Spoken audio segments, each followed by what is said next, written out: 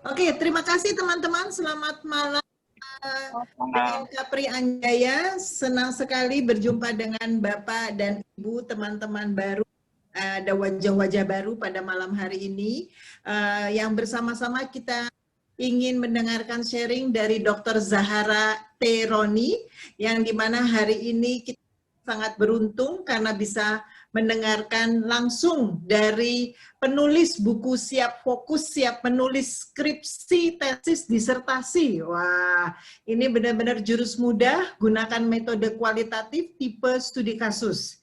Oke, ini beliau ini selain menulis, beliau juga sebetulnya Human Capital Strategist dan juga Dekan Fakultas Ilmu Pendidikan Ubara Jaya. Jadi malam hari ini kita sangat beruntung bertemu dengan Dr. Zahara T. Roni, dan kali ini topik yang kita akan bawakan adalah Helping Your Research in dan ini adalah merupakan part pertama atau seri pertama yang dimana kita akan membahas lebih lanjut tentang kualitatif karakter. Oke, Dr. Zahara ini juga menulis beberapa buku. Salah satunya tadi Siap Fokus, yang kedua Siapa Harus Pergi, Siapa Harus Tinggal. Ini sebuah strategi mencegah turnover karyawan dari generasi Y. Oke, kemudian ada Karyawan Unggul, Perusahaan Hebat. Ini panduan praktis talent management dan talent mapping di era disrupsi. Ini kalau belum punya bukunya, rugi deh kalau nggak beli ya. Beli ya, harus beli ya.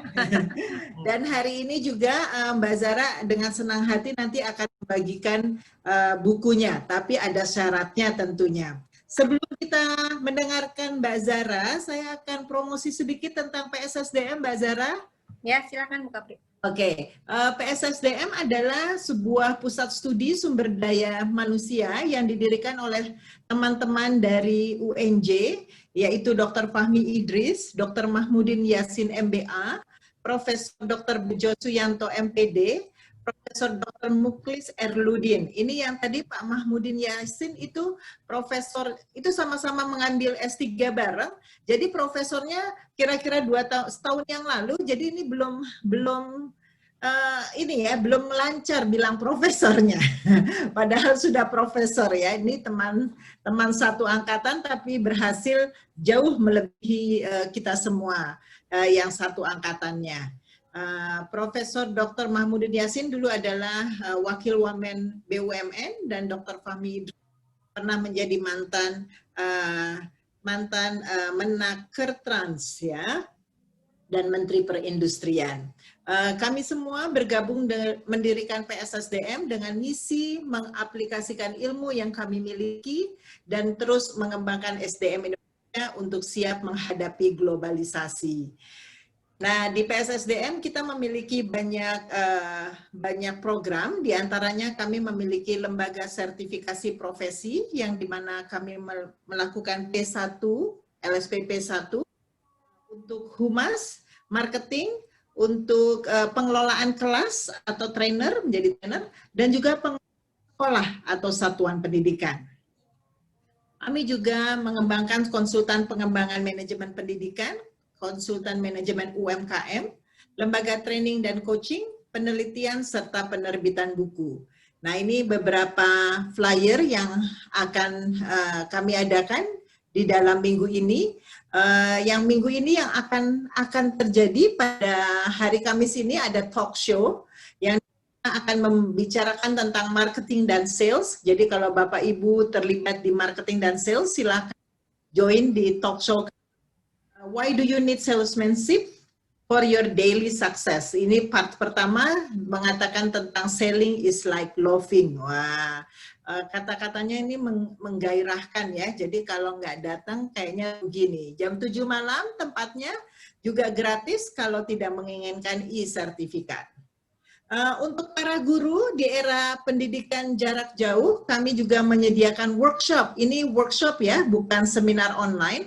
Kalau workshop ini di mana Bapak Ibu harus kerja, di sini dipastikan Bapak Ibu memiliki PC atau laptop saat mengikuti program ini, karena kalau hanya pakai handphone tidak bisa mengikuti. Ini akan kami adakan setiap 2 minggu sekali di hari Sabtu, biasanya minggu ke-1 dan minggu kedua dan minggu keempat untuk Digital Tools for Interactive Learnings.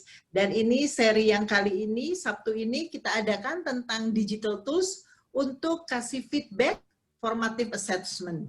Feedback dan formative assessment. Jadi ini pendaftarnya sudah sampai 200. Jadi Bapak Ibu yang tidak bisa masuk melalui Zoom, nanti akan kita buat live di YouTube supaya teman-teman yang tidak bisa join di Zoom bisa tetap mengikuti. Kami juga bekerja sama dengan PT Jamkrindo yang dimana didukung oleh PT Jamkrindo untuk membantu UMKM sehingga UMKM bisa terus berjaya di masa kenormalan baru. Ini series yang terakhir yang kami adakan di bulan Agustus, yaitu tentang kepemimpinan diri, kunci keberhasilan UMKM di new normal. Kalau Bapak Ibu memiliki usaha, silahkan join, paling tidak bisa tahu bagaimana memimpin diri sendiri sehingga kalau nantinya memiliki UMKM bisa berhasil. Oke, tata tertib kali ini mungkin sudah pernah mengikuti seminar online yang diadakan oleh PSSDM, tapi yang belum, di sini saya akan memandu dan Dr. Zahra akan menjadi pemateri. Kami akan matikan atau mute mikrofon yang ada di tempat Bapak Ibu. Jika Bapak Ibu ingin bertanya, Bapak Ibu boleh menuliskan di dalam kolom dengan format nama Bapak Ibu, asal atau instansi atau universitas dan pertanyaannya. Nanti saya akan coba bacakan dan nanti pemateri akan langsung menjawab. Dan apabila hal-hal teknis lainnya yang tidak dimengerti, silakan bisa tanya kepada Mbak Eka, yaitu admin di WA Group kami. Untuk teman-teman yang memerlukan e-sertifikat dapat menghubungi Mbak Eka dengan biaya ya, tapi yang tidak menginginkan e-sertifikat, seminar ini kami adakan secara gratis. Teman-teman mohon bantuannya untuk mengisi form absensi virtual untuk yang hari ini. Nanti link ini kita akan tulis di chat, Mbak Eka akan membantu saya untuk menulis di chat. Dan juga kami meminta form feedback kami diisi supaya PSSDM bisa lebih maju dan meningkatkan kualitasnya sesuai dengan harapan Bapak dan Ibu. Yang terakhir yang ditunggu-tunggu, Mbak Zahra itu banyak sekali buku yang terbit, tapi ada 2 buku yang akan dibagikan oleh kami dari PSSDM dan juga didukung oleh Mbak Zahra, Dr. Zahra. Hadiahnya akan diberikan jika Bapak Ibu menulis testimoni yang diupload di Facebook atau Instagram. Atau lebih bagus lagi kalau Bapak Ibu menulis di blognya, kegiatan atau event hari ini dengan menambahkan hashtag PSSDM, hashtag Zahara Roni, hashtag qualitative approach, dan hashtag terakhir Ubarajaya. Nah, nanti kami akan melihat ada 2 pemenang yang akan kami pilih. Yang satu akan dapat buku Siapa Harus Pergi, Siapa Yang Harus Tinggal dari Dr. Zahara, dan satu lagi Siap Fokus menulis skripsi, tesis, dan disertasi. Mantap sekali. Oke, rasanya kita ingin sekali langsung mendengarkan Mbak Zahra, yang juga seseorang yang sangat pengalaman di bidangnya. Saya tidak akan berlama-lama lagi, saya akan minta Mbak Zahra untuk share screen-nya. Saya akan stop screen saya. Oke, sambil saya mempersiapkan diri supaya bisa memulai. Sekali lagi teman-teman, tolong dimanfaatkan chatnya jika ingin menuliskan pertanyaan-pertanyaannya. Oke, Mbak Zahra, waktu saya berikan untuk Mbak Zahra untuk bisa memulainya. Oke, ini terlihat jelas? Bapak Ibu semuanya? Belum terlihat Mbak. Ini? Oke, saya stop share lagi coba ya. Oke, stop dulu ya. Oke, saya coba lagi. Sudah kelihatan Bu Kapri? Ya, bisa. Oke. Belum di slideshow? Ya, sip. Oke. Baik, Bapak Ibu sekalian, selamat malam. Assalamualaikum warahmatullahi wabarakatuh. Salam sejahtera Waalaikumsalam kita warahmatullahi semua. wabarakatuh. Hari ini puji syukur kepada Allah Subhanahu wa taala, kita sehat hari ini, bisa berkumpul bersama-sama, bisa di sini saling sharing nantinya tentunya gitu ya, bukan dari saya sendiri ya. Saya juga nanti perlu mungkin mendapatkan pengalaman Bapak Ibu terkait dengan penelitian kualitatif. Nah, Bapak Ibu semuanya, tadi Bu Kapri sudah menjelaskan bahwa ini tema ini adalah tema metode penelitian kualitatif.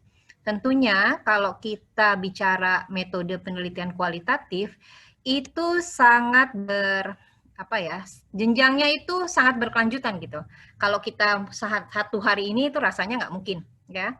Jadi nanti Bapak Ibu setiap 1 bulan sekali kami dari PSSDM, tentunya saya yang terkait dengan pemapar terkait dengan metode penelitian kualitatif akan memilih ya tema-tema terkait dengan metode penelitian kualitatif sehingga Bapak Ibu semuanya tema ini bisa menjadi tema yang series sehingga nanti wawasan terkait dengan metode penelitian kualitatif itu bisa bertambah terus ya supaya kita juga bisa memiliki satu pemahaman yang utuh ya terkait metode penelitian kualitatif. Nah, kalau hari ini kita batasi dengan tema karakter kualitatif ya. Oke, Bapak Ibu semuanya, saya tanya Bu Kapri nih, Bu Kapri udah pernah ikut penelitian kan? Udah. Oke. Kalau menurut Bu Kapri, penelitian itu apa sih Bu? Penelitian itu apa? Aduh, ini saya harus nggak usah pakai teori-teori Bu, jadi apa aja gitu loh. Jadi kalau kita pakai teori, kita susah ngebayanginnya. Hari ini kita tidak usah berteori, ya. Kita tidak pakai teori-teori supaya apa? Kita bisa menikmati dan istilahnya kita bisa mensintesakan dengan bahasa kita sendiri. Saya kali ini tidak ingin pakai teori-teori, ya. Hanya setelah pertemuan ini kita bisa paham sebenarnya apa sih ya karakteristik kualitatif gitu loh. Jadi coba kalau Bu Kapri, pengalaman Bu Kapri, kalau Bu Kapri dengar kata penelitian itu apa ya Bu ya? Dalam benak saya itu pasti ada yang namanya meneliti itu cari buku-buku yang sesuai dengan bidang saya, kemudian buka-buka yang terkoneksi dengan bidang saya. Kemudian saya mulai berpikir apakah misalnya saya sudah punya teori, apakah teori saya itu bisa nggak ya, benar nggak ya teori saya ini, sehingga kemudian saya hubungkan dengan teori yang sudah ada, tapi kemudian saya adakan percobaan. Kalau percobaan itu, oh ternyata gagal, paling nggak saya puas ya, ternyata yang saya pikirin salah. Jadi kalau saya bisa tadi menyimak, kemudian saya mensintesakan dari pernyataan Bu Kapri, penelitian itu satu kegiatan, ya, di mana Bu Kapri harus cari teori nih, gitu kan? Harus cari teori. Kemudian Bu Kapri harus membuat trial error. Betul. Ya kan? Sehingga satu kegiatan itu adalah kegiatan yang mencoba mencari sesuatu, apakah sesuatu ini benar atau tidak dengan teori-teori, gitu ya Bu ya? Iya, betul. Oke, kalau ini sebenarnya saya pengen gitu loh, ada keterlibatan yang teman-teman yang lain ya, pengen dapat juga deh masukan dari teman-teman yang lain. Bu, siapa ya? Kira-kira Bu Putiri ya? Bu Putiri? Ada keinginan? Ada siapa yang mau sharing? Kenapa saya mengajak berinteraksi kepada Bapak Ibu semua, agar gini, pemahaman kita itu benar atau salah, kita bukan masalah benar atau salah, tapi interaksi ini membuka kita supaya kita ingat gitu loh. Ingat, pada akhirnya tidak terasa kita nanti paham terhadap karakteristik kualitatif. Nah, kegiatan ini saya tidak ingin seperti sebenarnya seminar yang one way ya, sebenarnya begitu pengennya. Makanya setuju Mbak Zara, setuju. Jangan one way aja, karena kita nggak perlu ngomong yang berat-berat, pada akhirnya nanti kita paham sebenarnya kualitatif apa sih nih gitu kan. Nah, ada nggak yang bisa bantu? Tadi Bu Kapri menyampaikan satu kegiatan uji coba, ingin menguji satu peristiwa, ya pastinya ada teori dulu nih yang mesti dibaca-baca gitu. Ya. Kalau yang lain kira-kira, Pak Widi ada nggak? Pak Widi nggak ada. Aditya, Dit, boleh ini Dit, saya dapat apa istilahnya? Ini ada Mas Dadan ini mungkin dari Bandung, Mbak Zara. Ya, Mas Dadan, boleh Mas Dadan? Boleh Ya. saya. Boleh Saya siapa tuh? Siapa? Boleh banget siapa? Mas Dadan udah siap sepertinya, terus kemudian Boleh, Bu. Iya. Bu, siapa dulu tadi? Mas Sebelum Dadan. Ada. Oh, Mas Dadan dulu, boleh Mas Ya. Dadan, silakan. Pertanyaannya yang mana ya Mbak Zahara? Penelitian kualitatif soalnya udah Bukan. disampaikan. Jadi kita kan akan masuk nih terkait dengan karakteristik kualitatif. Ya. Tapi sebelum kita ngomong kualitatif, kita ngomong penelitian dulu, betul nggak? Betul. Ya, karena penelitian itu banyak ragamnya. Jadi ada kuantitatif, nanti ada mixed method, ada kualitatif. Ya, ini hanya pada umumnya kita tahu 3 gitu. Tapi sebelum kita ke arah ke kualitatif, kita pengen tahu nih sebenarnya penelitian ini apa ya Mas Dadan ya? Ngapain sih gitu loh? Ya, kalau saya sih biasanya Penelitian itu apa sih sebenarnya? dari masalah yang ingin dipecahkan, Bu.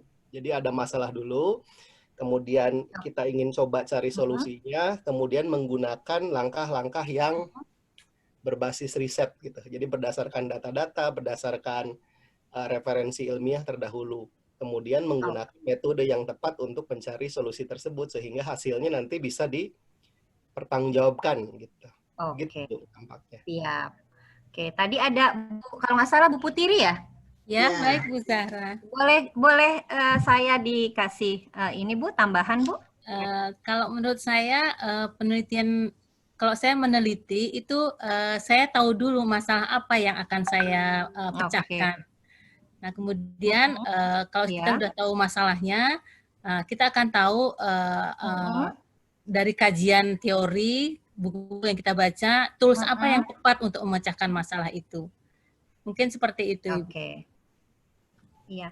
Baik, terima kasih Bu Kapri, Pak Dadan, dan Bu Putiri. Jadi kalau saya tadi mengambil 3 Bapak Ibu semuanya, pertama ada masalah.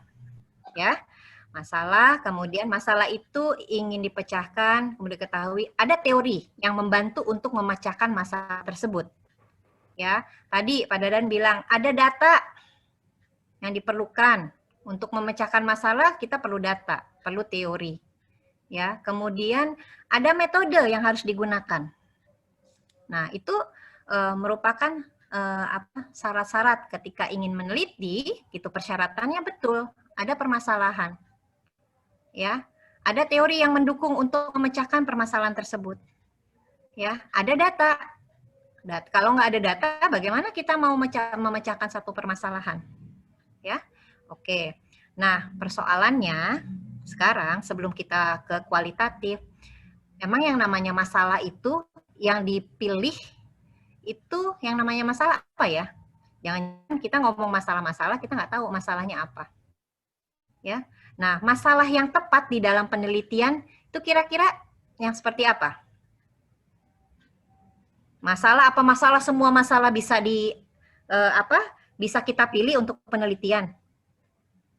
Bu Kapri kira-kira pengalamannya gimana? Apa Bu Kapri semua masalah bisa? Oh, Mas Adit siapa mau? Tuh tadi yang mau ya, gabung? Mas Adit silakan. Oh ya, Mas Adit. Ya. Iya. Oke. Izin Bu, tadi saya lagi di jalan kebetulan. Iya. Iya. Gimana nih? Itu juga masalah. Iya, Mas izin Adit. Bu. Iya. Masalah menyambung yang dibahas tadi, masalah itu menurut saya sesuatu objek yang ingin kita angkat atau kita ketahui solusinya gitu. Oke. Mungkin itu Bu. Ya. Oke. Kita meneliti karena ingin kita mengetahui sesuatu. Tuh. Ingin mengetahui sesuatu, permasalahan itu ingin diketahui gimana sih permasalahan itu diteliti sehingga kita bisa tahu solusinya seperti apa. Oke, ada lagi yang mau menambahkan? Ini Mbak Neti nambahkan, Mbak, masalah itu adalah masalah yang bersifat ilmiah dan jika bisa dipecahkan akan bermanfaat bagi orang banyak. Betul. Ya, betul. Kalau kita mau menelitinya bicara apa yang bermanfaat gitu ya. Kalau kita bicara akademik, pastinya kita harus memilih masalah yang bermanfaat buat orang lain. Sangat betul. Oke, menambah itu sudah ada tambahan ya. Tadi Mas Adit bilang ada sesuatu yang kita teliti yang pada hari ini menjadi masalah, kemudian kita mencoba untuk mencari solusinya. Nah, masalah yang dari Bu Neti bilang pasti diangkat karena masalah tersebut jika sudah ada sudah diketahui mana pemecahannya akan bermanfaat buat orang banyak. Ya. Nah, ini Bapak Ibu sekalian tadi yang sudah disampaikan itu semuanya benar. Pak Wahyu, Pak Wahyu apa? Nyampainya Pak Wahyu nambahkan, masalah itu adalah kesenjangan antara teori dan realitas. Nah, itu satu tambahan yang betul sekali. Jadi, biasanya ingin mengungkapkan satu masalah, dia akan mencoba untuk melihat bahwa teori-teori yang digunakan itu sebenarnya masih ada yang kurang. Ketika teori-teori itu kurang, dianggap harus disempurnakan, berarti berpikir, oh ini masih ada kekurangan, sehingga itu masih menjadi salah satu masalah. Ya, dari sesuatu teori yang dianggap oleh para peneliti masih kurang. Nah, kita akan coba untuk melihat dari sisi sifat ilmiahnya, ya. Jadi kalau kita bisa gabungkan tadi semua yang disampaikan, kalau penelitian itu adalah istilahnya cara ilmiah, ya. Nah, cara ilmiah. Kalau kita bicara ilmiah tadi sudah disampaikan oleh Bapak Ibu sekalian, ya. Penelitian merupakan cara ilmiah untuk memahami dan memecahkan masalah secara ilmiah. Ya.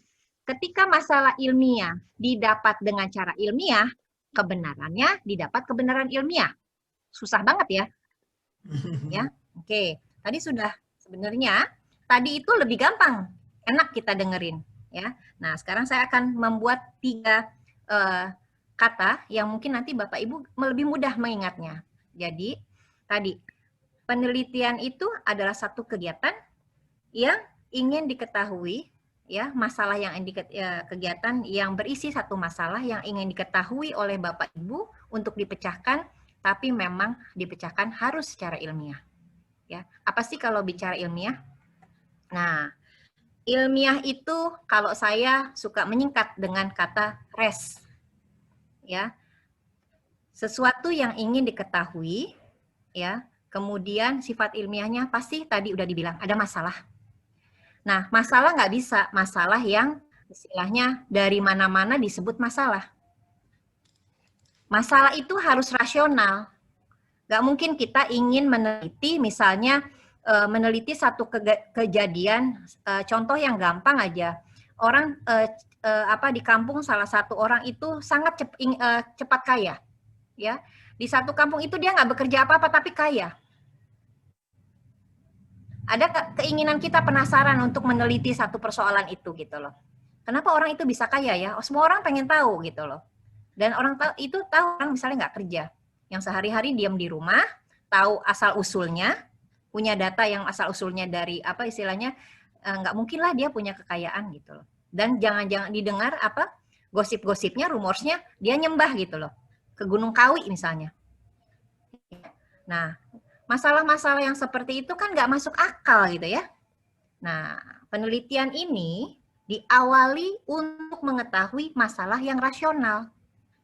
Kalau masalahnya udah nggak masuk akal, ya, secara empiris nggak ada data, nggak ada fakta, kemudian kita nggak punya metode, ya, berarti diawali dengan sesuatu yang memang tidak ilmiah.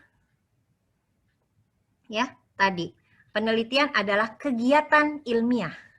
Persyaratan ilmiah harus didahului dengan kita mengambil masalah yang rasional, yang masuk akal. Kalau udah nggak masuk akal, ngapain diambil? Banyak masalah-masalah yang yang rasional. Masalah rasional seperti apa?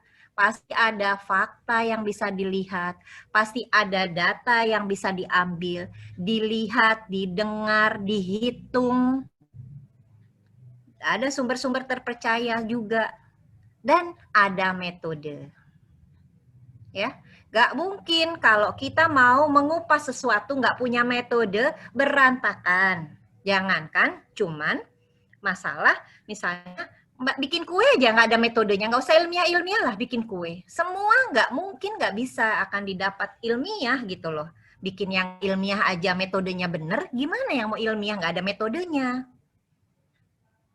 Ya, jadi tadi ketika seorang peneliti ingin meneliti sesuatu, kegiatannya harus ilmiah. Apa maksudnya ilmiah? Permasalahan yang dipilih harus permasalahan yang jelas, yang merupakan masalah yang masuk akal. Kemudian data dan fakta itu harus didukung, didapat dari sumber-sumber yang memang sumber-sumber itu bisa dipercaya. Kemudian dikupas dengan menggunakan metode. Karena untuk apa? Bisa tadi apa? Bu, siapa tadi yang menyampaikan bermanfaat buat orang lain? Ibu Neti. Ibu Neti, ya. Oke. Oke, Bapak Ibu semuanya, banyak sekali beragam ya terkait dengan metode penelitian. Yang umum adalah penelitian misalnya kuantitatif, kualitatif, mixed method. Saya tidak membahas itu kuantitatif apa, mixed method apa. Pada hari ini saya hanya meng-highlight tentang kualitatif. Ya. Nah, banyak pakar-pakar juga membagi tipe-tipe kualitatif dan bermacam tipe. Nah, kalau ini yang saya perlihatkan Creswell. Creswell 2013 membagi tipe kualitatif menjadi 5. Ada naratif, ada case study, ada etnografi, ada grounded theory, ada fenomenologi. Ya, nanti ceritanya kalau para pakar yang lain membaginya beda-beda lagi. Nah, itu tidak perlu kita menjadi satu pertentangan. Namun yang perlu kita tahu adalah basic pada hari ini adalah ciri-ciri kualitatif. Ya. Nah, bicara kualitatif. Apa sih penelitian kualitatif? Ya. Nah, kalau kita bicara kualitatif itu ada ciri khasnya. Ya, kita masih ingat mungkin nih teman-teman yang kuantitatif ya. Kalau kuantitatif itu bicara segala sesuatu ya berdasarkan teori. Jadi kalau ngambil masalah, teorinya dicek dulu. Ini ada teorinya nggak ya? Sifatnya tuh a priori. Jadi jika sudah dianggap benar, boleh diuji. Itu kata kuantitatif. Ya. Terus sekelompok orang para pakar, lah kalau seperti itu kapan kita mau inovasinya? Kaku benar ya, semua harus punya teori. Gimana kita mau membangun atau menginterpretasi sesuatu peristiwa-peristiwa yang bagus, yang itu jadi pelajaran nanti buat bermanfaat buat orang lain. Kalau segala sesuatu kaku nunggu teorinya, dulu nggak ada teorinya, nggak bisa deh, kita nggak berani untuk meneliti. Kapan nelitinya? Ya, nunggu gitu loh. Sedangkan teori, konsep, model yang jadi teori itu lama perkembangannya, bisa bertahun-tahun, apalagi zaman dulu ya. Nggak seperti sekarang, bisa artikel-artikel dipublish. Kita bisa pakai. Akhirnya konsep-konsep yang ditemukan di lapangan bisa jadi teori. Nah, kalau kita nunggu seperti itu, kata orang pakar kualitatif, kapan nelitinya gitu. Ya. Nah, tapi kita tidak mempersoalkan penelitian kuantitatif, kualitatif, semua baik. Semua punya manfaat pada masing-masing keperluan peneliti. Ya, kita tidak mendikotomi dua-duanya karena semuanya pas pada kebutuhan masing-masing. Ya, tapi tadi adalah suatu yang yang menjadi resah orang-orang peneliti kualitatif. Makanya Kemudian penelitian ini jadi berkembang. Memang asal-usul penelitian itu dari penelitian kuantitatif karena dia bersifat positivis. Ya. Baik nih, kita lihat nih perkembangan seperti ini ya. Di awal dulu mulai kuantitatif ya. Kemudian sebenarnya sebelum bicara ke kualitatif ada tumpang tindih terkait dengan pengertian. Nanti kita akan bahas di pertemuan keberapa nih pastinya terkait ini ya, supaya Bapak Ibu juga bisa mengenal jalanan dari kuanti ke kuali ternyata tidak semudah itu. Ada istilahnya tumpang tindih dalam prosedur. Ya. Nanti Bapak Ibu akan tahu ternyata selama ini gitu loh, kita itu bilang meneliti kualitatif padahal kualitatifnya banci. Bancinya seperti apa? Ya, di awal ya kita masih menggunakan pemikiran deduktif. Ya, pemikiran yang mengambil tadi yang saya bilang, kalau mau diuji ya, kalau itu kita sudah anggap benar. Ya, jadi kalau yang namanya kualitatif kan mau bangun teori. Jadi peneliti itu nggak usah khawatir dengan teori-teori di awal, bisa melenggang. Yang penting peneliti dapat apa? Data yang rasional. Tidak perlu khawatir ada teori, ada apa enggak perlu kalau di kualitatif. Beda sekali tadi kuantitatif. Apa yang tadi saya bilang di kuantitatif? Jika sudah dianggap benar baru diuji. Berarti apa? Asal-usulnya kalau mau melihat satu fenomena diyakinkan bahwa teorinya ada. Kalau itu ada teorinya nggak ya fenomena itu? Kalau nggak ada teori, nggak berani. Karena kita nggak mungkin kalau teori tidak bisa menjadi satu variabel yang diambil. Tapi kalau kualitatif, bebas. Ya, nah ada satu fase yang tadi saya bilang, tumpang tindih antara kuantitatif sama kualitatif. Nah ceritanya kalau mau sampai sana, ini kita bisa 20 kali pertemuan ya, Bu Kapri. Panjang ceritanya Bu Kapri, benar gitu. Jangan panjang-panjang Mbak, berarti. Iya, makanya kan ini enggak kan ya, kan kita bicara karakter kualitatif ya gitu. Cuman ini supaya nanti Bapak Ibu sekalian kita akan tahu nih sejarahnya. Di next kemudian kita akan cerita banyak ya. Oke. Ini masih seper 000. Nah. Ya. Oke. Tuh. Jadi kenapa seseorang itu memilih kualitatif? Saya sebenarnya pengen interaksi, cuma kalau interaksi cuma 2 slide nih, ceritanya panjang. Ya. Jadi oke lah. Nanti interaksi tapi saya nyampein interaksi sampai. Oke. Jadi kenapa sih orang itu pengen memilih penelitian kualitatif? Kenapa gitu loh? Ya. Karena dia itu paham potongan-potongan peristiwa, Bu Kapri. Oke. Ya, ada satu peristiwa. Orang tuh pengen tahu kenapa ya terjadinya itu, ada apa. Nah, tujuannya memilih penelitian kualitatif ingin mengetahui gambaran peristiwa itu dengan utuh. Padahal yang sekarang dilihat itu gambaran hanya yang tampak. Ya, tapi kan kalau yang namanya yang tampak belum tentu yang seperti apa yang dilihat. Makanya penelitian kualitatif itu harus sebenarnya menghasilkan gambaran yang utuh, yang holistik. Nah, ketika kita ingin memiliki atau mengetahui gambaran utuh kita, berarti paham kita, penelitian yang kita ambil, itu penelitian dengan metode kualitatif. Saya pengen tahu misalnya, kayak saya waktu itu ngambil disertasi dengan studi kasus, ada fenomena satu organisasi itu turnover tinggi sekali. Dan bertahun-tahun terjadi itu, tapi lucu ya, perusahaan itu kok untung terus gitu loh. Motornya lebih daripada yang direkrut itu lebih merekrutnya pada saat itu 236, bisa-bisa yang keluar 267 gitu. Jadi yang direkrutnya sedikit, yang keluarnya banyak gitu ya.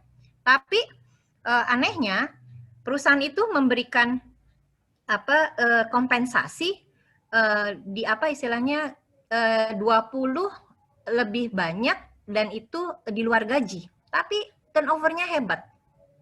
Ya. Nah, oleh karena itu kenapa gitu loh? Saya ingin mengetahui kenapa peristiwa itu terjadi ya. Sedangkan di awal saya mendapatkan data-data atau observasi yang belum utuh. Nah, untuk mengetahui secara utuh, boleh dong kita teliti.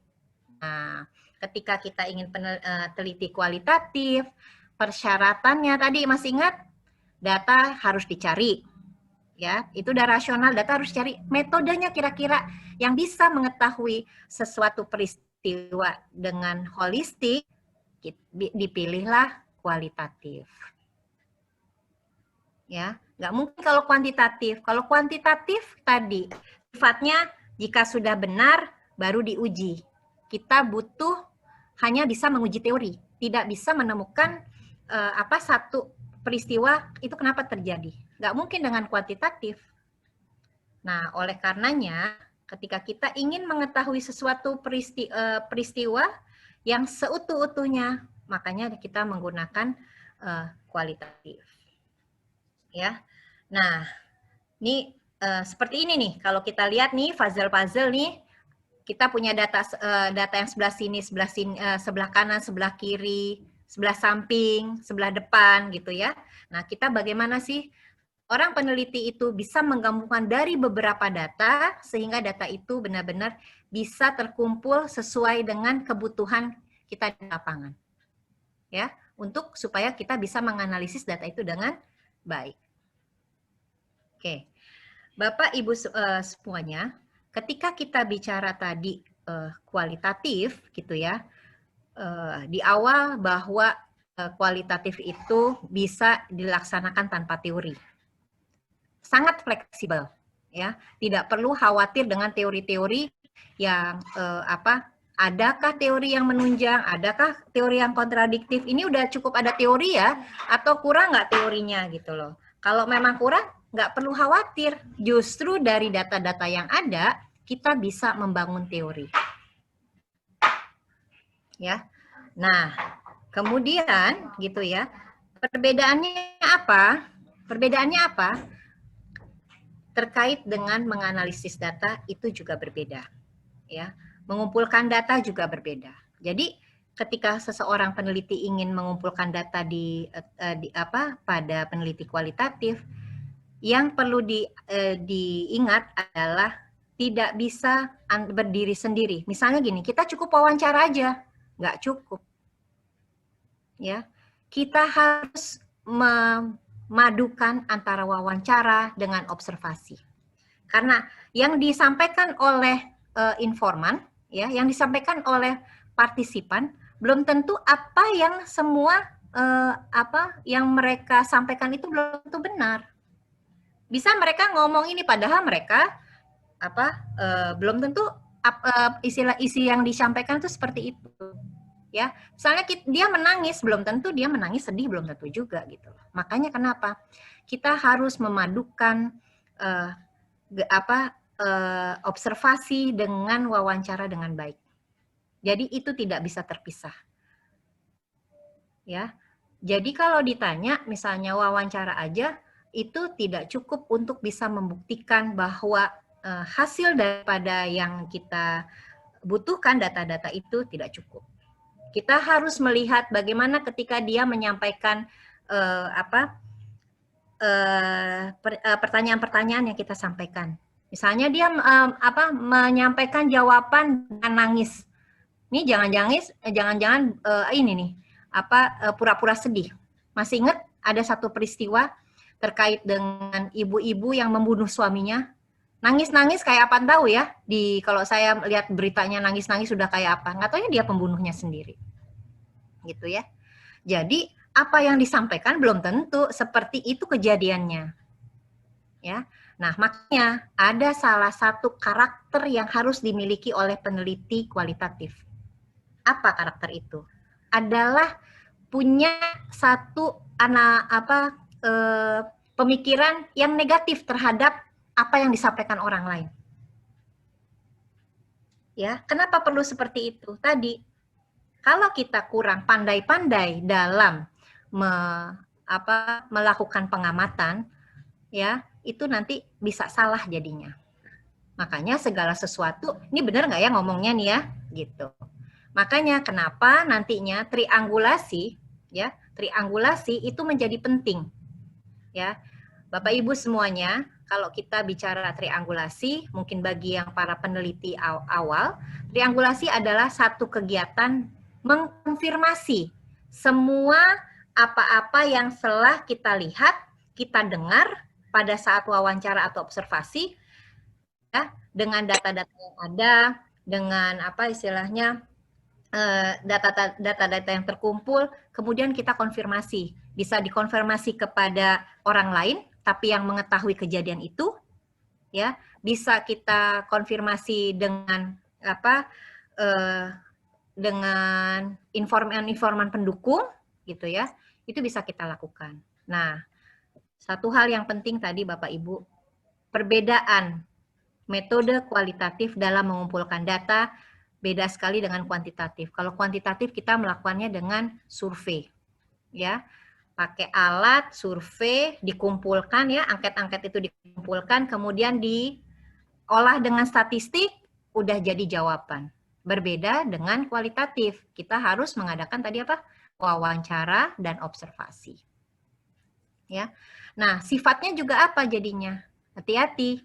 Ketika kita melakukan pengumpulan data, kita juga harus ketika melaporkannya nanti ingat kita hanya sebagai interpretif. Jadi semua yang kita kumpulkan adalah semua peristiwa yang terjadi pada satu orang atau pada organisasi.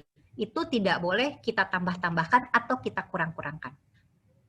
Ya, meskipun kita sebagai peneliti ya melihat kejadian itu langsung, tapi kita hanya menyampaikan. Kita nggak punya kuasa untuk nambah-nambahin, nggak boleh.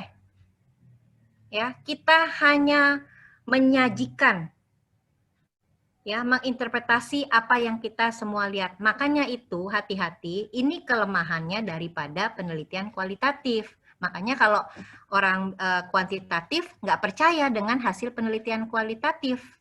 Karena tadi khawatir si peneliti itu tidak mempunyai kemampuan untuk menyajikan secara benar. Sudah dia nggak bisa ngamatin dengan baik, sudah dia hasil wawancara, isi wawancaranya juga nggak tahu ada isinya, apa benar apa salah, ya. Nah, ketika semua itu tidak bisa terjadi, itulah terjadi bias. Validitas, reliabilitas itu jadi nggak dipercaya gitu loh. Nah, untuk supaya bisa jadi dipercaya, kita harus memiliki desain penelitian yang bagus. Ya, pengolahan data yang transparan, kelihatan. Nanti kita akan di next pertemuan bagaimana kita akan mencoba memperlihatkan bagaimana sih membuat desain-desain penelitian dan kemudian bagaimana sih bisa menganalisis data. Ya. Nah, seperti itu Bapak Ibu. Oke. Nah, ini tadi yang saya sampaikan sifatnya daripada kualitatif itu MS. Jadi peneliti sebagai instrumen itu sebaiknya menyampaikan semua yang terjadi, tidak ditambahkan, tidak juga dikurangi. Ya. Oke. Bapak Ibu semuanya coba kita lihat nih. Nanti saya akan melihatkan ini ya, dua sifat nih. Satu kita ke kualitatif secara singkat.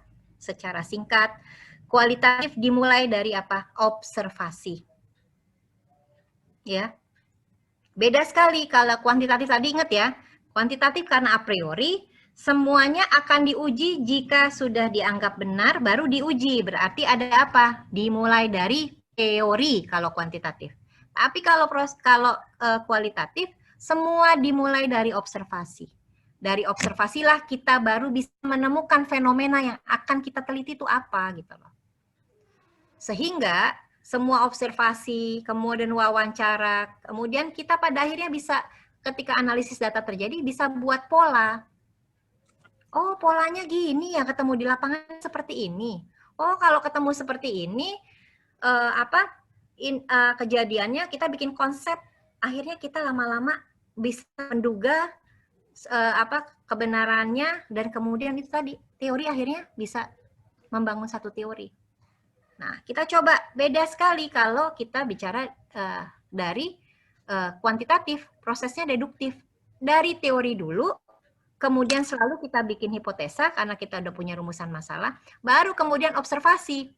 Karena apa? Kita sudah menentukan, ya, kalau kita di kualitatif, kita nggak bisa menentukan apapun di awal, karena semua proses, ya, ketika itu proses sampai akhir baru kita bisa menentukan, ya, beda sama sekali. Ya, jadi sangat berbeda, makanya seorang peneliti itu ketika memilih metode penelitian harus tahu sebenarnya saya mau ngambil ini alasannya apa ya, mengambil metode ini alasannya apa. Ya, tadi saya sampaikan tidak ada yang salah, tidak ada yang benar, kedua-duanya oke, tergantung kita tujuannya apa meneliti. Kalau kita mau menguji teori, pakailah kuantitatif, tapi kalau kita mau membangun teori, pakailah kualitatif. Ya, meskipun nanti kita akan belajar kualitatif dengan tipe-tipenya juga memiliki perbedaan-perbedaan. Ya, bagaimana proses dari awalnya, pertengahannya, itu ada perbedaan-perbedaan dalam mengupas. Ya, mengupas satu permasalahan. Tapi tadi ingat ya, bahwa kualitatif itu dimulai dari keingintahuan peneliti terhadap satu peristiwa. Yang peristiwa itu belum utuh, makanya peneliti ingin tertarik melakukan peneliti. Penelitinya kualitatif dimulai dari keinginan tahuan dilakukan dengan observasi dan wawancara. Observasi dan wawancara dilakukan dengan baik, dikumpulkan data-data itu nanti dianalisis. Dianalisisnya apa? Kita kan nggak bicara detail daripada analisis, nanti kita akan bicara pada next-nya. Cuman dianalisis pada akhirnya analisa itu dengan cara kualitatif akan menghasilkan akhirnya akan menghasilkan satu teori baru. Ya, oke. Nah, coba kita lihat ini, Bapak Ibu. Ya, nah ini perbedaannya. Bagaimana kalau kuantitatif ya, biasa kita suka dari grand teori, melakukan grand teori, pada akhirnya kemudian kita baru di sini memakai metodologi. Kalau kita lihat nih kualitatif. Nah, kualitatif membangun ini. Ya, ke sini sampai dari proposisi ya. Konsep-konsep yang akan dibangun menjadi teori ke sini, tapi sedangkan kalau kuantitatif dia dari teori di sini. Jadi memang dia akan begini terus sifatnya. Ya. Nah, proses daripada penelitian kualitatif tidak bersifat linier ya. Jadi gini, kalau di tengah-tengahnya pada prosesnya kurang ini dia bisa balik lagi. Beda sama kuantitatif. Kuantitatif itu kalau di awal tidak ajak jadi bubar. Ya, tapi kalau kualitatif kurang di tengah bisa masuk lagi ke belakang, ya di awal bolak-balik karena sifatnya kalau di kualitatif dia tidak linier, ya lebih pada sirkuler. Beda kalau di kuantitatif itu kalau belum menyelesaikan menentukan variabel di awal sebagai permasalahan dan sudah mengecek teori, dia tidak bisa melanjutkan, ya. Nah. Itu Bapak Ibu semuanya tadi terkait dengan karakter kualitatif.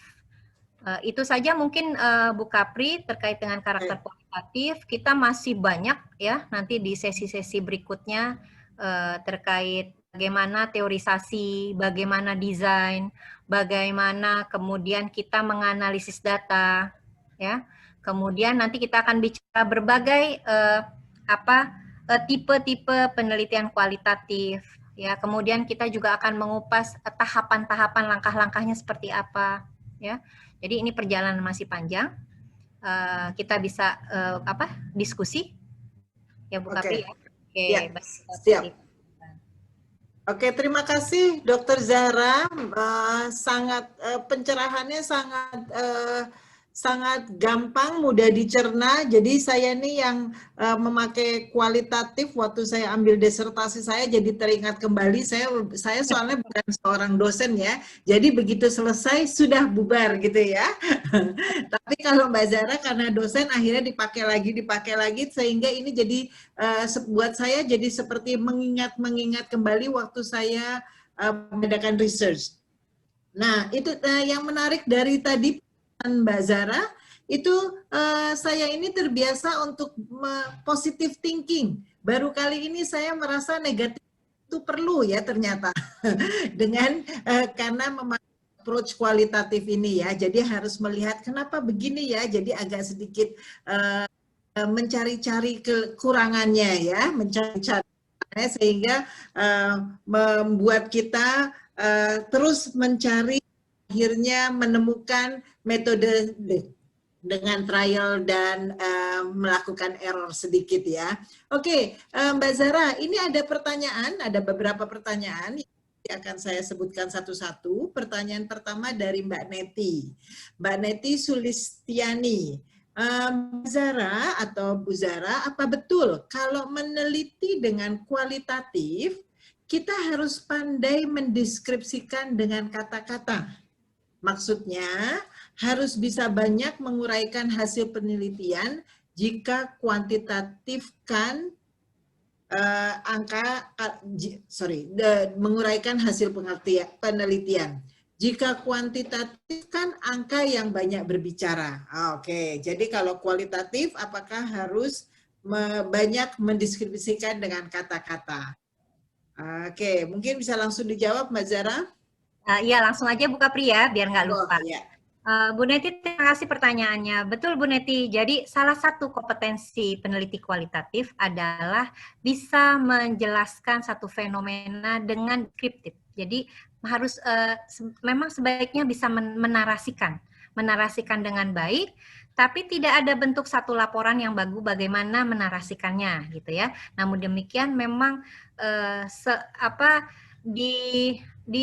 harus gini ya, membuat sesuatu temuan itu menjadi sebuah cerita yang menarik sehingga hasil daripada kualitatif itu semakin diminati untuk dibaca. Jadi kalau bisa memang kita tidak punya nggak perlu bahasa yang ilmiah seperti bahasa baku dalam, yang penting itu ya bahasanya tetap dengan menggunakan bahasa pedoman ejaan bahasa Indonesia yang baik, tapi dinarasikan dengan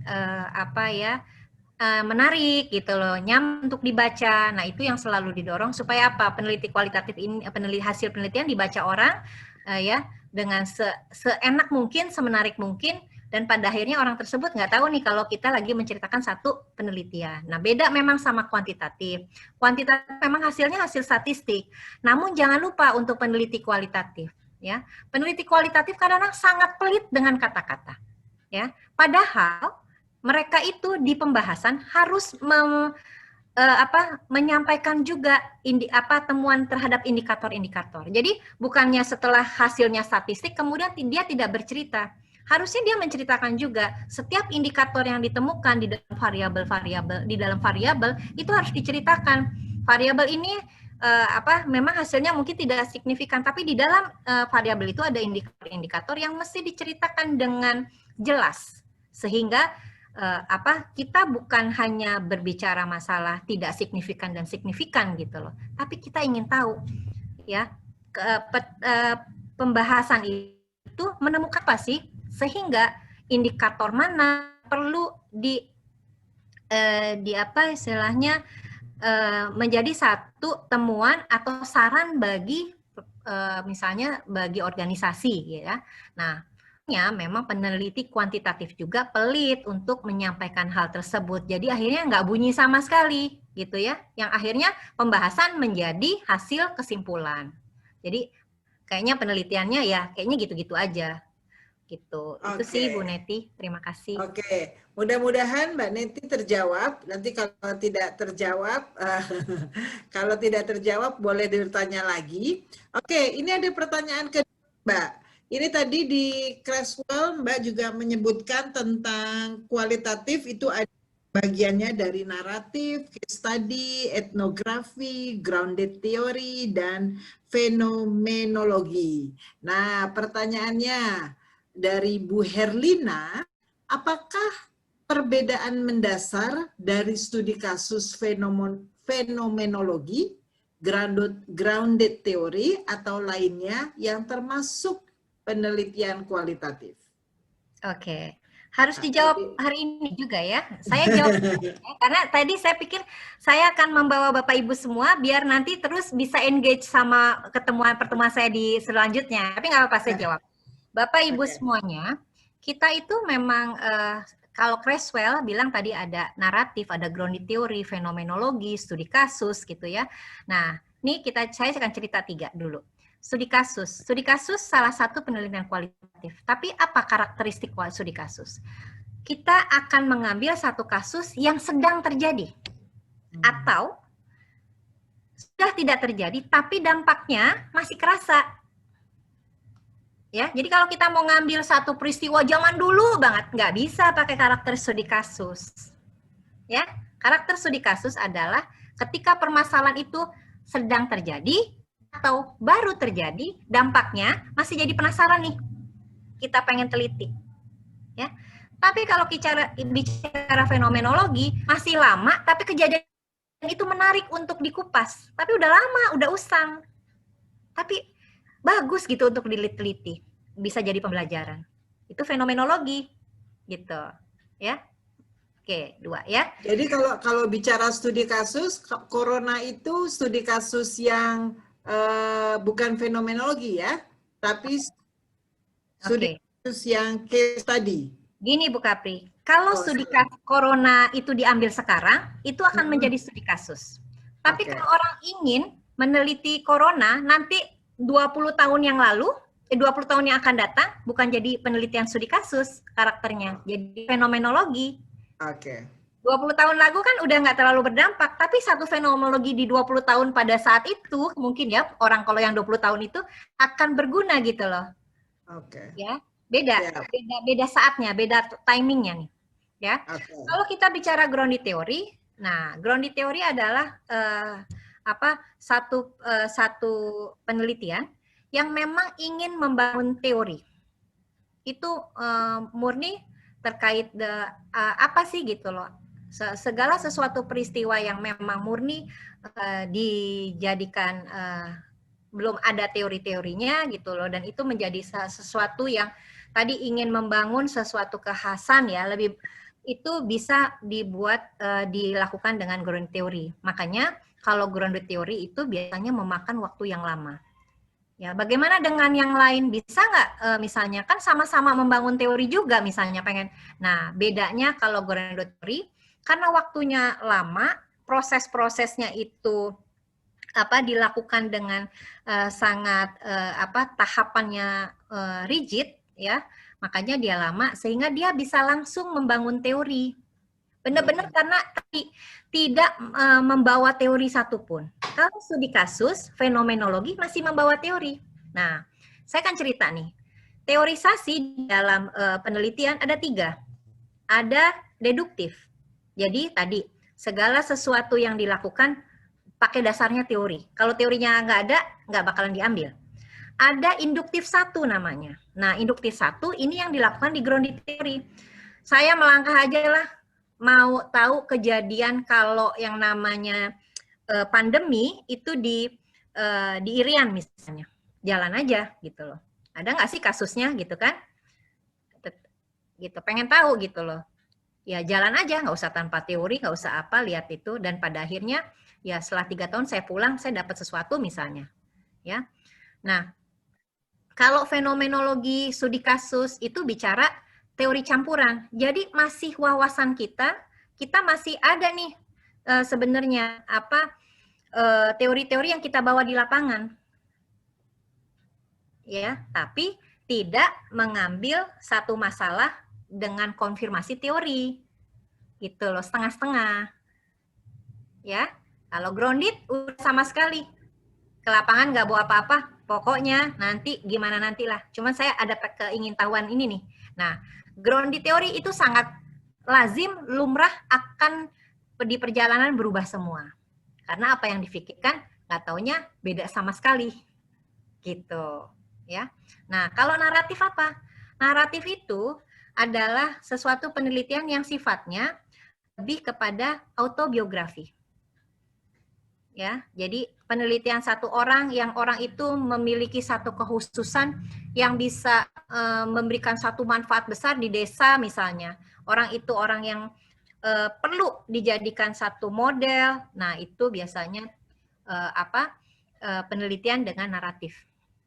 Ya, menceritakan satu kekhasan terkait biasanya orang, ya, pengalaman orang dan orang itu menjadi salah satu orang yang unik yang memang berbeda dengan yang lain. Nah, itu bisa dijadikan dengan penelitian naratif gitu. Tadi satu lagi apa ya? Kok saya lupa ya? Studi kasus. 5. Udah. 5. Itu Bu apa tadi Bu? Ya, Bu Herlina yang bertanya, Mbak. Oke. Bu Herlina. Ini, ya, Bu Herlina dan Bu Kapri. Biasanya saya bicara studi kasus ini 3 hari. Kalau mau dari desain dari awal, iya betul, 3 hari. Mulai karakteristiknya, mulai bagaimana kita teorisasinya, mulai siapa saja informannya, keabsahan datanya, gitu loh. Jadi ceritanya menarik-menarik nih kalau. Ya, nggak apa-apa. Halo Bu Kapri. Sebentar, mau nanya Bu Kapri. Ya, Pak Raihan, sebentar. Pak Raihan kalau bertanya, boleh silakan menuliskan di chatnya. Oke, saya mau tambahkan pertanyaan dari Bu Herlina, Mbak Zara. Bu Herlina sudah tanya, terus kemudian ada pertanyaan tambahan. Apakah boleh peneliti kualitatif memberikan solusi atas permasalahan di objek penelitiannya? Karena ada yang mengatakan peneliti kualitatif sifatnya hanya menggambarkan keadaan objek atau subjek penelitian secara holistik tanpa memberi solusi atas masalah yang terjadi. Silakan Mbak Jara. Oke, jadi gini, boleh aja nggak ngasih solusi? Boleh. Di bagian mana? Di implikasi manajer, di implikasi lah, di rekomendasi lah. Tapi begitu di pembahasan tidak ada sama sekali gitu. Ngasih saran atas apa yang sebetulnya kita sarankan dalam satu kejadian tersebut ya. Boleh-boleh aja ngasih saran, tapi kita di dalam pembahasan itu saran, kalau di dalam pembahasan kan itu temuan. Betul nggak? Kalau kita ngomong pembahasan itu temuan semua, apa yang kita lihat, kita dengar, ya semua kita sampaikan. Tapi kalau masalah saran, ruangnya lain. Ya, ruangnya lain. Jadi kalau saran, ya saran terhadap peneliti melihat kejadian itu boleh, tapi ruangnya di saran. Ya, saran boleh-boleh saja. Namun betul kata Bu Herlina, peneliti kualitatif itu sifatnya emik. Jadi dia hanya menceritakan semua apa yang terjadi. Kalau masalah saran itu satu hal yang berbeda gitu loh. Saran kita boleh dong memberikan saran ketika apa yang kita ingin sampaikan pada peristiwa itu seperti apa. Tapi rata-rata kalau saran memang ada di penelitian selain grounded. Nah rata-rata kalau untuk grounded itu jarang ada saran Bu. Dari sistematikanya. Tapi kalau studi kasus, fenomenologi, yang sering sih studi kasus. Tapi kalau yang lain kayak fenomenologi memang saran itu jarang ada gitu loh. Ya, tapi kan beda-beda tadi kualitatif beda-beda karakteristiknya. Kalau studi kasus biasanya tetap ada saran. Tapi kalau grounded, fenomenologi karena menceritakan pengalaman orang lain, jadi kita buat saran apa enggak kan? Gitu. Oke, clear. Mudah-mudahan Bu Herlina cukup jelas. Saya akan membacakan lagi pertanyaan dari Ibu Alfat Eka Liani. Malam Ibu izin bertanya, bagaimana jika hasil observasi dan wawancara dalam suatu penelitian kualitatif itu bertabrakan? Misalnya, berdasarkan observasi di lapangan terdapat suatu kejadian A. Namun ketika wawancara pihak yang diteliti menampik hal tersebut, bahkan dalam kurung berkata hal yang sebaliknya. Kalau begitu, bagaimana cara menyimpulkan hasilnya ya Bu? Ini mungkin bicara triangulasi ya Mbak Zara. Silakan. Is, Bu Kapri keren banget. Betul banget Bu Kapri ngomong triangulasi. Ya. Jadi triangulasi itu ada 4, ada sumber, ada data, ada waktu, ada antar peneliti. Ya, ditambah lagi kalau menurut saya, cari informan. Ada informan tuh 3. Informan itu yang terlibat langsung dalam kejadian tersebut. Ada key informan. Key informan itu orang-orang yang mengetahui kejadian itu. Tidak terlibat langsung, tapi mengetahui kejadian itu. Satu lagi ada informan pendukung. Dia tidak mengetahui secara langsung, tapi di beberapa yang krusial dia tahu. Jadi kita perlu cari orang-orang yang mengkonfirmasi lebih banyak lagi. Misalnya kalau di kualitatif itu ada 3, ya. Kita sering kuota sampling, ada snowball sampling, ada purposive sampling. Nah, kita perlu cari informan-informan yang snowball sampling, yang kadang-kadang kita cari pada kejadian. Kalau kita ada sesuatu nih kayaknya nggak pas nih gitu loh ya.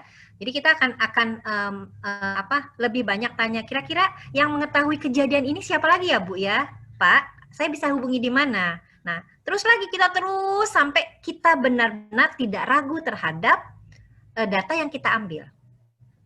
Ya, makanya tadi saya bilang, kenapa peneliti itu perlu sesuatu yang bersifatnya negatif thinking, Bu Kapri? Karena itu tadi, kita kan pasti nih ada yang nggak srek nih. Ini kok ini beda? Nah, perlu lagi, tanya lagi, gitu ya. Jangan berhenti, kalau kita belum puas pasti ada sesuatu.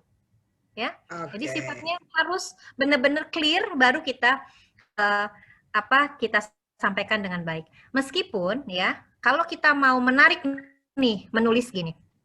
Dalam wawancara saya temukan beberapa kontradiktif, ya.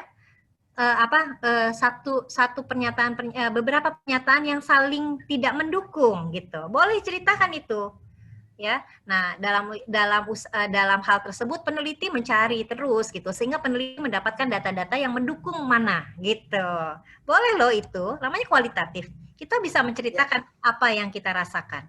Ya, tapi kita juga bisa tidak menginterpretasi apapun tapi menyampaikan sehingga dari beberapa data yang kita lebih percayai yang ini gitu. Ya. Oke, thank you. Mudah-mudahan Bu Alfat Eka bisa menerima ya. Jadi triangulasi itu sangat diperlukan untuk peneliti kualitatif. Tapi keren. Oke, untuk tambahan dari Mbak Rosa nih Mbak Zara.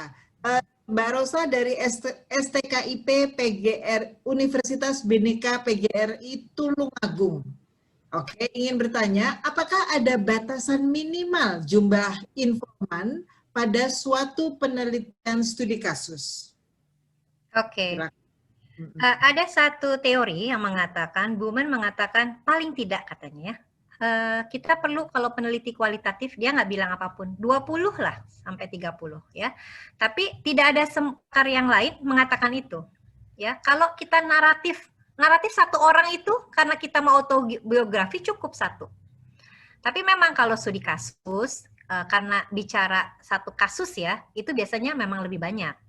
Ya, namun kita tidak perlu itu membatasi. Tadi yang saya bilang, 2 dari cara mengambil sampling itu harus dilakukan. Purposive sampling dan purposive, kuota dan snowball sampling itu perlu dilakukan oleh peneliti untuk mengambil sampling. Jadi tidak ada sih sebenarnya yang mengatakan, yang saya baca dari beberapa literatur ada ketentuannya.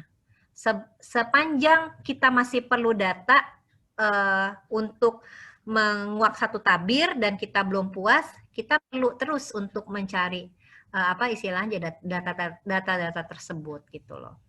Oke, jadi kalau batas minimal itu kalau cuma 1 pastinya nggak boleh ya Mbak ya? Nah, 1 gantung. Kalau penelitiannya naratif, kita mau tadi mau menceritakan satu orang atau orang yang unik di satu desa, orang itu nggak pernah ada di dalam desa itu dan orang itu misalnya heroik, misalnya bisa aja 1 orang.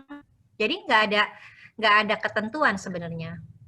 Ya, tapi Oke. kalau untuk peneliti tadi bicara penelitian studi kasus, kalau memang bicaranya itu organisasi, katanya satu literatur bilang 20 sampai 30. Tapi itu tidak pernah menjadi satu satu batasan Patokan. tersendiri, patokan, betul.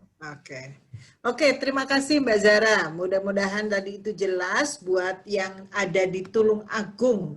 Oke. Nah, ini ada pertanyaan lagi dari Mbak Susi Adiawati. Ini pertanyaannya banyak nih Mbak. Ini soalnya memacu orang-orang untuk bertanya nih. Oke, Mbak Susi ingin bertanya, bidang ilmu apa yang lebih bagus kita gunakan metode kualitatif?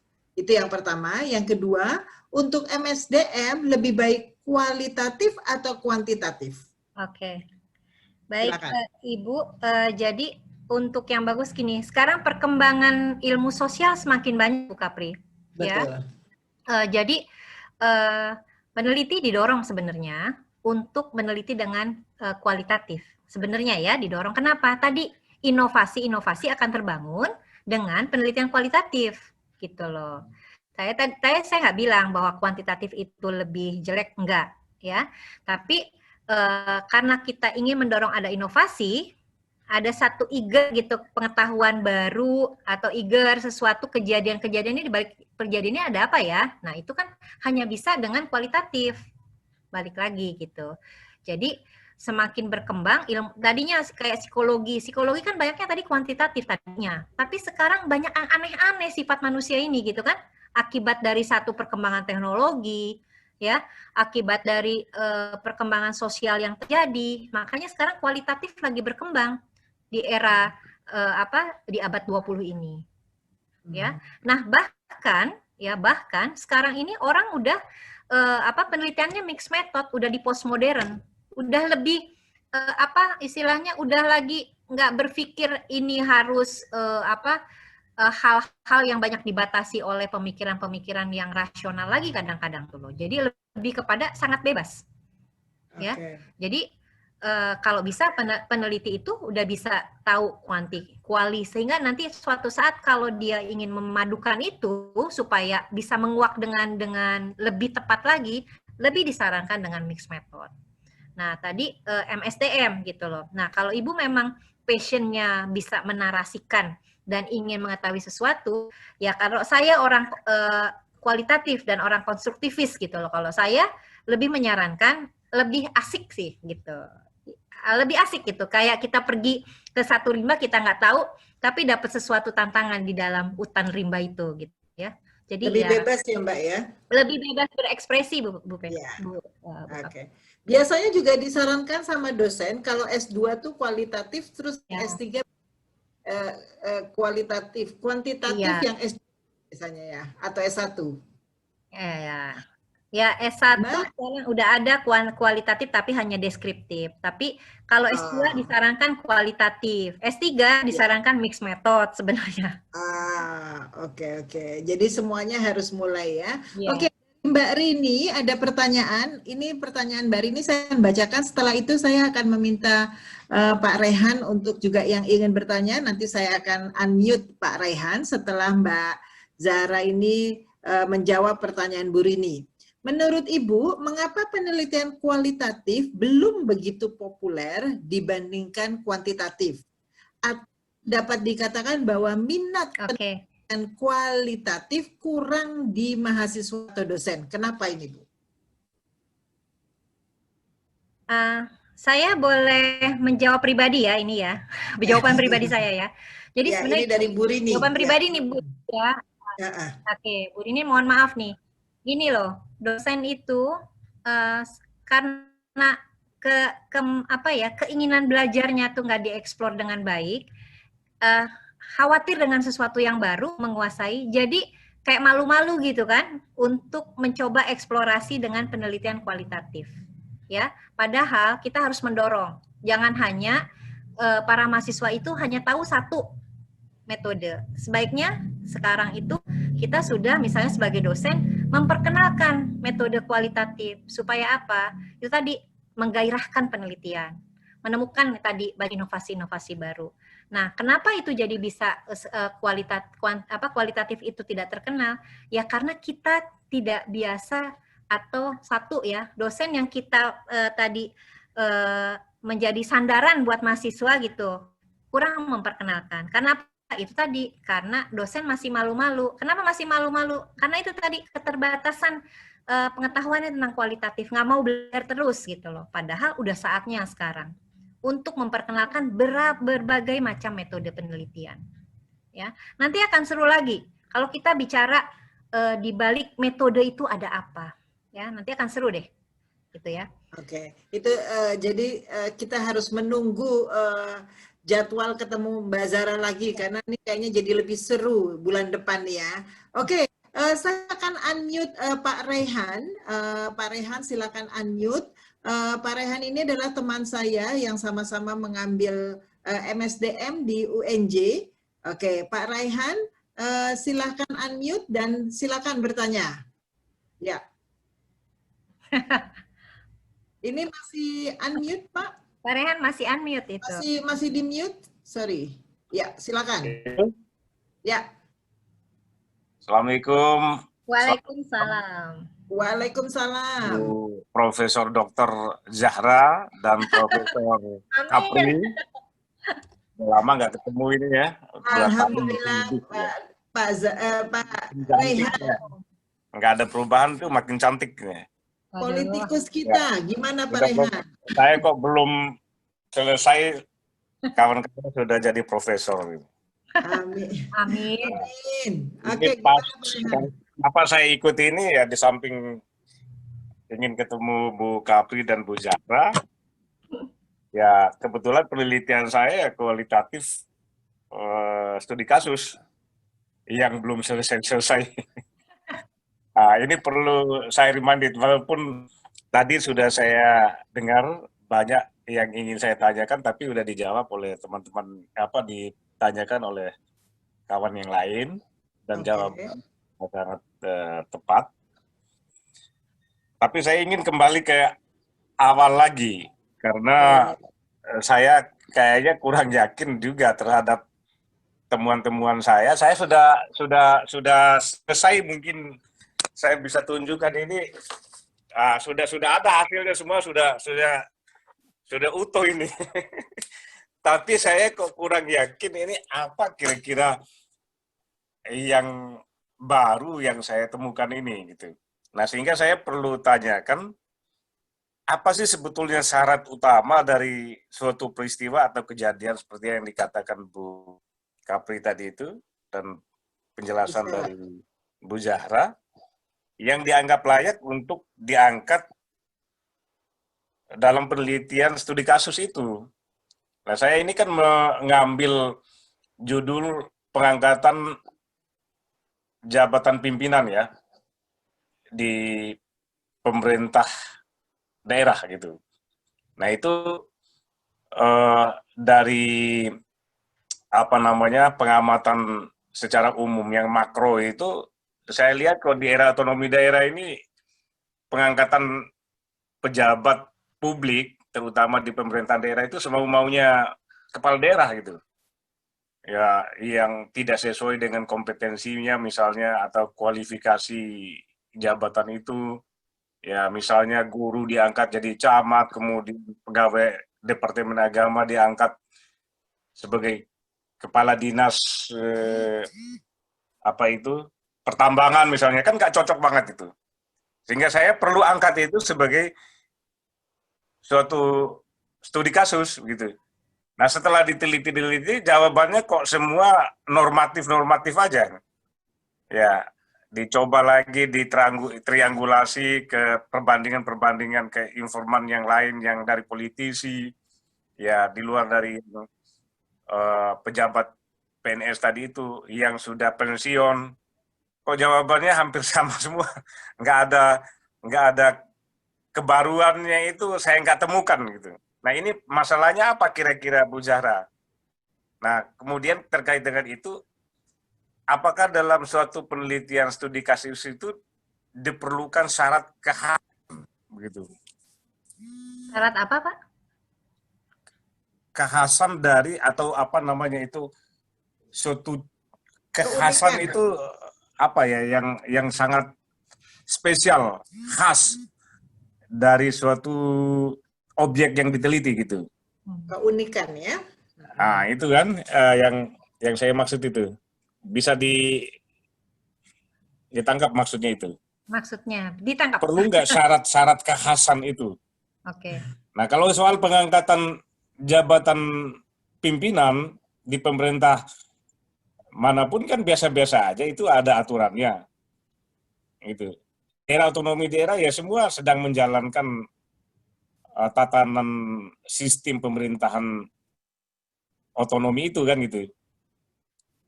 Nah, ini tolong dijelaskan itu. Oke. Terima kasih, Bu Kapri. Sama-sama Pak Rehan. Oke, ini Pak Rehan ini sebetulnya mau disertasinya atau bertanya? Enggak, ini pertanyaan ini untuk lebih meyakinkan saya karena udah lama nggak bergulat lagi dengan dunia kampus ini, tapi semangat untuk kuliah itu tetap tinggi ya, walaupun sudah terlalu lama lagi urusan dunia politik ini, sudah terlalu terlena dengan kenikmatan urusan politik. Iya. Oke, silakan Mbak Zara dijawab. Oke Pak Rehan, terima kasih pertanyaannya nih yang bertubi-tubi nih ya. Jadi gini, karakteristik studi kasus adalah peneliti ingin mengambil penelitian studi kasus karena adalah kasus tersebut masih terjadi ya sekarang, dan kalaupun sudah terjadi sudah tidak terjadi sampai dampaknya bisa dirasakan, masih bisa dirasakan. Berarti tadi penelitiannya Pak Rehan masih bisa, oke? Kedua, bagaimana Pak Rehan ini ragu terhadap isinya kok begitu-begitu aja, ya? Nah, masalah temuan kita nggak bisa bilang isinya begitu-begitu aja. Yang ada memang seperti itu, itulah yang kita perlu sampaikan, ya. Nah, studi kasus ini diawali dengan salah satu karakteristik adalah menentukan fokus penelitian, ya. Nah, fokus penelitian itu diambil pada awalnya itu kemungkinan yang diambil yang memang Pak Rehan rasakan itu permasalahan yang krusial, ya. Nah, ketika diambil fokus penelitian dan dianggap oleh peneliti itu menarik untuk diteliti, seharusnya itu memang akhirnya dijawab daripada hasil di lapangan. Jadi kita kadang-kadang memang sebenarnya peneliti ini sudah menduga sebenarnya apa yang terjadi, sudah tahu gitu kan. Cuma ingin memastikan, benar nggak sih apa yang kita apa yang kita duga itu seperti itu gitu loh. Kalau memang hasilnya seperti itu, ya nggak ada masalah. Karena kalau kita mau cari terus, mau cari-cari yang lain, itu menjadikan lama, ya. Saya sebenarnya bisa ngasih masukan gitu loh. Pak Rehan bisa ke lapangan lagi pada akhirnya kalau mau seperti itu, ya. Kalau memang itu punya waktu dan nggak pada saatnya sekarang, itu bisa terjadi ke lapangan lagi. Tapi kan sekarang ini mepet dengan waktu COVID. Gitu loh. Sayang menurut saya ya. Kalau sekarang kejadiannya gimana? Kalau saya nyaranin ini cerita aja ya. Bisa saja Pak Rehan itu kenapa? Keterbatasan membaca literatur sehingga membuat peneliti menentukan fokus penelitiannya jadi biasa-biasa aja. Ya, itu nggak berkembang karena kita nggak baca literatur kekinian yang terjadi seperti apa sih. Misal. SDM itu kan sekarang berkembang, tidak saja human capital, tapi dia bicara human experience. Ya, kalau kita seorang peneliti itu paham isu-isu yang berkembang di MSDM, dia akan menentukan satu fokus penelitiannya yang kekinian. Ya, dia bicaranya akan teori-teori yang kekinian. Ya, maksudnya mengambil mengambil wawasannya dari wawasan perkembangan ilmu yang kekinian. Sehingga ketika bertanya, pertanyaannya juga berdampak terhadap wawasan yang sekarang, gitu loh. Namun nggak perlu khawatir gitu loh. Kita kan bukan masalah itu gitu loh. Kita yang masalahnya adalah sekarang ingin mengetahui apa sih sebenarnya yang terjadi gitu loh. Nah, kalau sudah seperti itu, satu lagi persyaratannya ketika keabsahan data itu sudah didapat di lapangan, seperti satu apa keabsahan data tadi, kita sifatnya negative thinking, ya. Kemudian kita punya auditorial. Siapa auditorial? Auditorial orang-orang yang membantu, pakar-pakar yang menyatakan ini saya dapat temuan menurut bapak-bapak, ini gimana ya? Nah, boleh itu seorang peneliti supaya apa? Nggak ragu tadi Pak. Itu namanya auditorial. Atau kita nyari member checking. Member checking adalah orang-orang yang member yang mengetahui apa istilahnya kejadian-kejadian sejenis di sana gitu. Boleh. Ini saya begini ya. Apa temuannya. Nah, itu bisa dilakukan sehingga kita menjadi apa istilahnya yakin gitu loh.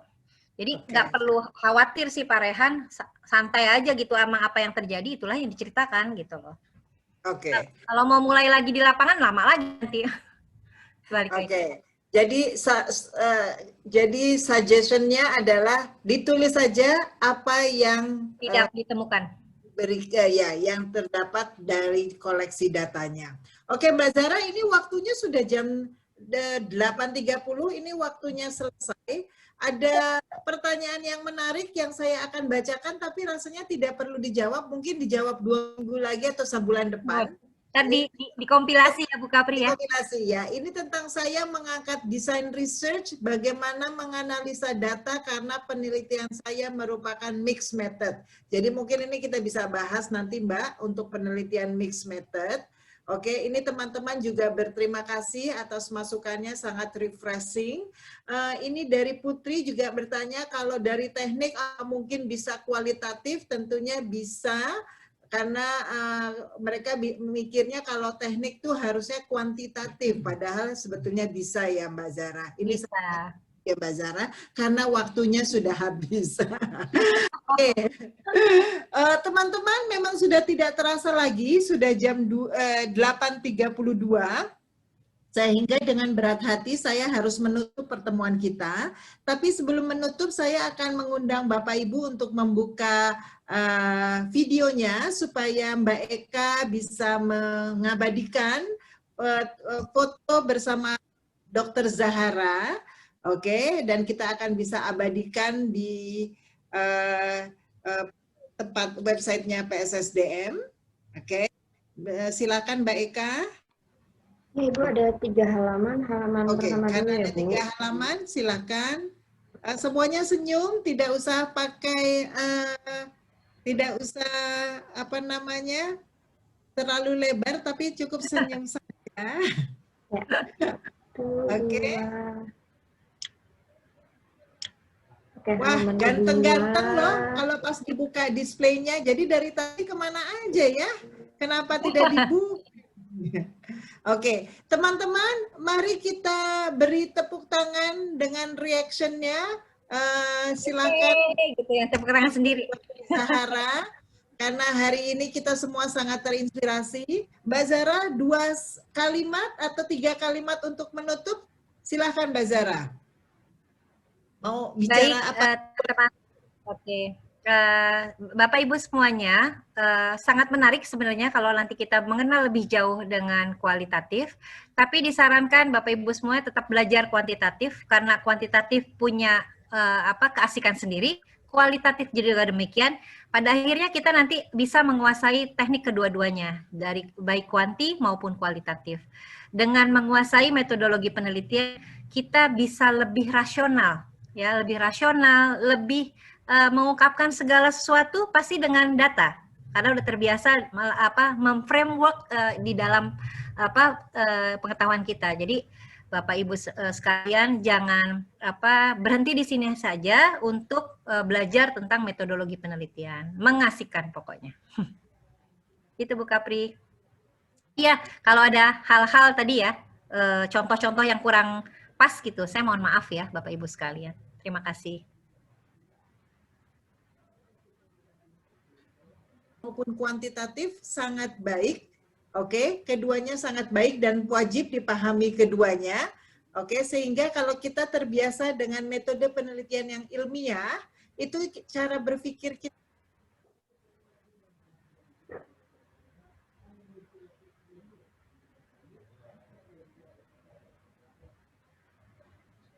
Bu Kapri, no signal? Iya, Bu Kapri no signal kayaknya ya. Iya, teman-teman semua. Oke. Baik, selamat malam teman-teman sekalian. Mungkin Bu Kapri lost signal. Apakah suara saya bisa didengar? Bisa, Pak Esa. Iya, kedengaran? Bisa, Pak. Halo? Bisa, Pak. Iya, bisa. Eka bisa ambil alih? Boleh saya aja nggak apa-apa, Pak Esa? Eka bisa di-unmute? Iya, Pak Esa. Terdengar kok suaranya. Zahra, Oke. Pak Baik. Rifni dengar saya? Iya, dengar. Dengar, Pak Esa. Dengar. Pak Esa. Dengar? Dengar. Iya. Ya. Mohon maaf, mungkin ada kesalahan teknis dari Bu Kapri, jadi mungkin saya tutup dengan terima kasih Mbak Zahra, banyak, sangat full pack, fruitful sekali penjelasannya di webinar malam ini, dan terima kasih juga kepada teman-teman sekalian yang sudah menghadiri webinar malam ini. Akhir kata, saya tutup webinar malam ini dengan wassalamualaikum warahmatullahi wabarakatuh. Terima kasih. Waalaikumsalam warahmatullahi wabarakatuh. Terima kasih semuanya, Bapak Ibu. Sampai ketemu 1 bulan Oke. lagi. Kita Thank you. membahas. Izin live ya. Ya. Thanks Mbak Zara, thanks Pak Rifni, Semuanya. thanks Pak Raihan Oke. yang jauh di sana. Ya, Mas Rehan, kita langsung japri-japri aja, ya, nggak usah khawatir. Thank you. Assalamualaikum warahmatullahi wabarakatuh. Waalaikumsalam warahmatullahi wabarakatuh.